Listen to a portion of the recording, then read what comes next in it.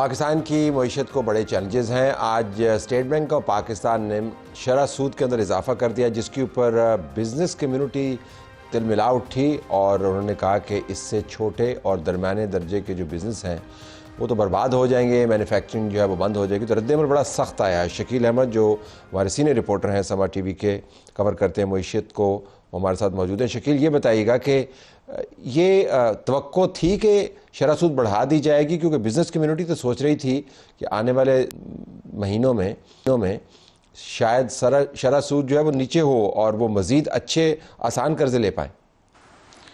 बहुत शुक्रिया तलत साहब। पहली बात तो ये है कि ये आइसोलेशन में नहीं हुआ। आज से ठीक एक महीना पहले जब हमने IMF के साथ स्टाफ लेवल एग्रीमेंट किया, उसमें स्टेट बैंक ऑफ पाकिस्तान ने लिख के उनको दिया था कि अगर इन्फ्लेशन बढ़ी, महंगाई का दबाव बढ़ा तो पॉलिसी रेट में इजाफा किया जाएगा था। ये वर्ड यूज़ किए गए थे और उसी के अकॉर्डिंगली आप देख रहे हैं कि मिडल ईस्ट क्राइसिस की वजह से प्राइसेस बढ़ी हैं पाकिस्तान में, एनर्जी प्राइसेस ऊपर गई, उसके बाद इन्फ्लेशन रेट ऊपर गया। तो पहली बात तो ये है कि ये आइसोलेशन में नहीं था। दूसरी बात ये है कि जो आपने कहा कि एक्सपेक्टेशन ये थी कि शायद ये बरकरार रहे और अगर ज़्यादा से ज़्यादा इंक्रीज़ होगा तो 50 बेसिस पॉइंट का होगा, लेकिन ये सरप्राइज़ था बिजनेस कम्युनिटी के लिए कि 100 बेसिस पॉइंट का इजाफा कर दिया गया।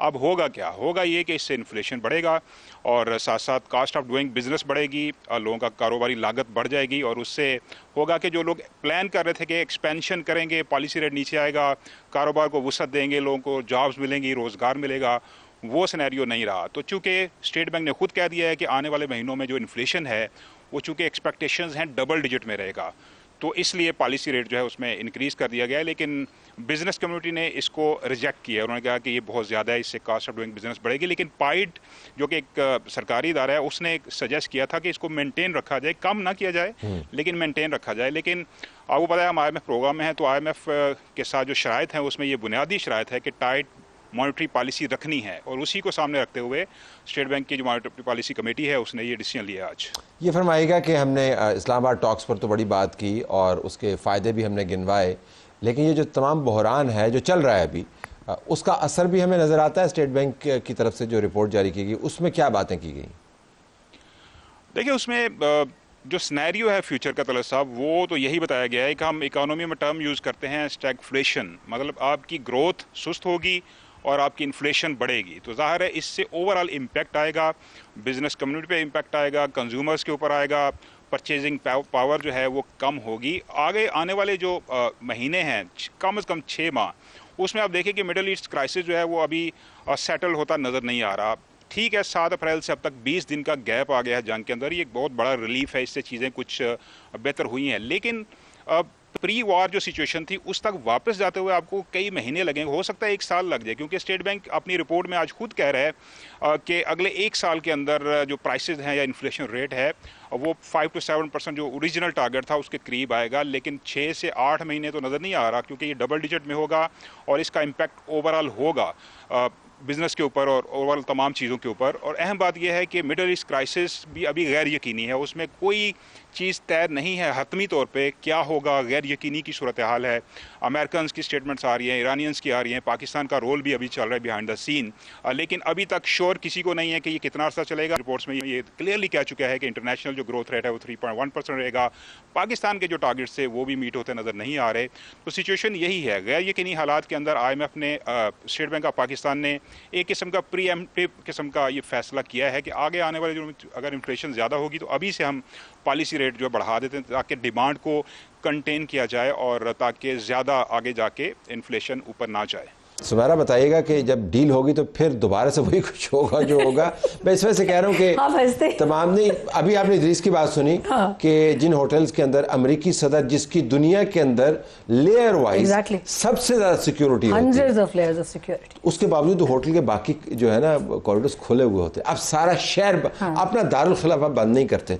सो फिर दोबारा से वो होगा, या आपके ख्याल में कुछ ऐसी तजवीज़ हम दे सकते हैं कि भाई कुछ और करें? खैर, वो व्हाइट हाउस वाला जो डिनर वाला था वो तो मुझे बिल्कुल पल्प फिक्शन वाली स्टोरी लगी है मुझे। हाँ, वो तो हुआ, but in terms of security, so Islamabad दोबारा से बंद होने की कोई आपके पास खबरें फिलहाल तो नहीं? फिलहाल नहीं है तले साहब, लेकिन जब ऐसा होगा और अगर for example one fine morning Trump कह दे कि I am going to sign this agreement in Islamabad and thank you Islamabad and field marshal is my favourite, तो जाहिर है फिर तो सिटी बंद होगा। प्रेसिडेंट का आप हंस रहे, लेकिन प्रेसिडेंट का प्रोटोकॉल आपने देखा, सीक्रेट सर्विस और उनकी सिक्योरिटी की जो लेयर्स यहाँ थी, डिप्लोमेटिक एनक्लेव भरा हुआ था, उनका जितना इक्विपमेंट था सर्वेलेंस का, that was lying at Noor Khan base. और अभी जब वो गए हैं तो the entire clutter is clear, but they can come back any time. और मुझे ये सेंस आ रही है कि जो चाइना समिट है, before like departing for that summit, I think he would like to get rid of this pending matter of the table. लेकिन आपने 45 डेज का कहा नहीं, मतलब वो एक एस्टिमेशन है कि वो बर्दाश्त कर सकते हैं। ईरानियंस नहीं चाहेंगे कि उसको कोई एडवांटेज उसके अंदर मिले। Coming back to you Saqib on this, ये जो मामला है हमने कि कैसे मैनेज करते हैं अपने दारुल खिलाफा को, एक तरफ से हमने दुनिया के अंदर बड़ा नाम भी बनाया, हमने मीडिएशन की, दुनिया को बहुत बड़े कॉन्फ्लिक्ट से हटाया, ऑफ रैंप ऑफर किया, सीज फायर हुई, सीज फायर एक्सटेंशन हुई, ये बहुत बड़े टेक अवेज हैं। लेकिन जो तस्वीरें बनती हैं दारुल खिलाफा के बारे में, वो भी एक सॉफ्ट इमेज का एंटीडोट है। तो आपको लगता है कि कोई ज़्यादा उसका असर हुआ कि सारा शहरी आपने बंद कर दिया? Was that a news? मैं तो उसको फॉलो नहीं कर रहा था। आई थिंक ये इंटरनेशनल मीडिया पर न्यूज़ थी, कुछ जो है वो जो डोमेस्टिक ऑर्गेनाइजेशन है उन्होंने भी इसको रिपोर्ट किया, बट आई वुड से कि अगर आप इतने बड़े लेवल के ऊपर एक टॉक्स को होस्ट कर रहे हैं, एंड माइंड यू ये कोई नॉर्मल टॉक्स नहीं है, इसमें एक डेलीगेशन ऐसा आ रहा है जो कि एक कंट्री की हिट लिस्ट के ऊपर है। True. वो उसको जो है वो हवा में भी गिरा सकते हैं, यहाँ पे भी गिरा सकते हैं, और यहाँ पर अगर उनको गिराया जाए या यहाँ पे उनको असैसिनेट करने की कोशिश की जाए तो पाकिस्तान के लिए कितना बड़ा प्रॉब्लम हो सकता है। फिर उसके बाद और भी स्पॉयलर्स हैं, अफगानिस्तान है, इंडिया है, बहुत सारे एक्टर्स इसमें हैं, सो जिसकी वजह से पाकिस्तान को आई थिंक बहुत कॉशियस होना है, और जिसकी वजह से ये तमाम एक्शंस लिए गए। आई एम श्योर जो है वो कुछ शहरियों को इसमें जो है वो प्रॉब्लम हुई है, बट जो पाकिस्तान इससे गेन कर रहा है आई थिंक उसकी कॉस्ट उससे कहीं जो है वो बेहतर है। अब मैं आपको एक एग्जांपल दूंगा, अगर आप डावोस जाएं, वहाँ पर अगर आप वहाँ पर सिक्योरिटी का लेवल देखें तो जैसे आप वहाँ पर एंटर हो रहे होते हैं तो एंटी एयर गन वहाँ पे उन्होंने लगाए, वहाँ पे उनकी आर्मी ने उसको कम्प्लीटली टेक ओवर किया होता है। और ये नॉर्मल इवेंट है, हेड्स ऑफ स्टेट्स वहाँ पर आते हैं, ट्रंप आए ना आए, वहाँ पर अगर इतनी सिक्योरिटी है, जो कि स्विट्जरलैंड है जो कि अपने आप को न्यूट्रल वेन्यू कहता है, तो फिर तो हम एक ऐसी जगह के ऊपर बैठे हैं जो जिसको आप एक्टिव वॉर जोन ही कह सकते हैं। यहाँ पर ब्लास्ट आपको हर दूसरे महीने नजर यूएनजीए में जो एक्सपीरियंस करते हैं। सो आई थिंक ये इतनी कोई जो है वो गैर मामूली बात नहीं है। पाकिस्तान के स्टेक्स इस कॉन्फ्लिक्ट में काफी हाई हैं, अगर थोड़ा सा जो है वो शहर बंद भी हो जाते हैं तो हमें थोड़ा सा बर्दाश्त कर ही लेना चाहिए। ओके,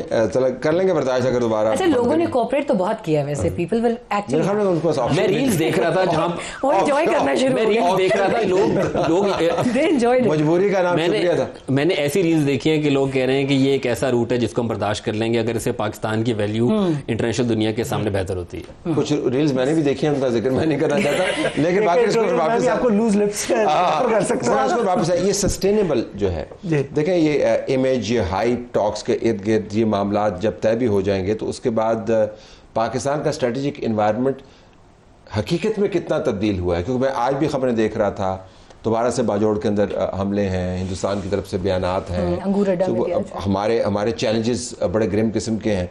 आपका ख्याल है कि ये जो हमारा एडवांटेज है, क्योंकि लोग ये भी बात कर रहे हैं, इसको हमें अपने दरीना मसाइल को हल करने के लिए भी इस्तेमाल करना चाहिए? नहीं, इसको हमें इस्तेमाल तो करना चाहिए, लेकिन इसका डायरेक्ट जैसे कहें कि हम डिविडेंड ये नहीं होगा कि अफगानिस्तान का मसला हल हो जाएगा या इंडिया के साथ हमारी टेंशन्स खत्म हो जाएंगी, बल्कि शायद एग्रीमेंट तो हमने ईरान के साथ बना लिया, एक तो निकला, बाईपास कर लिया। मैं कॉन्फ्लिक्ट की बात कर रहा हूं। हाँ, कि अफगानिस्तान का जो कॉन्फ्लिक्ट है automatically it won't go away. इसी तरह इंडिया के साथ एग्रीवेट होने का खतरा है, कम होने का खतरा नहीं, क्योंकि you are now in competition for focus in Washington, तो वो भी आपका एक मसला है।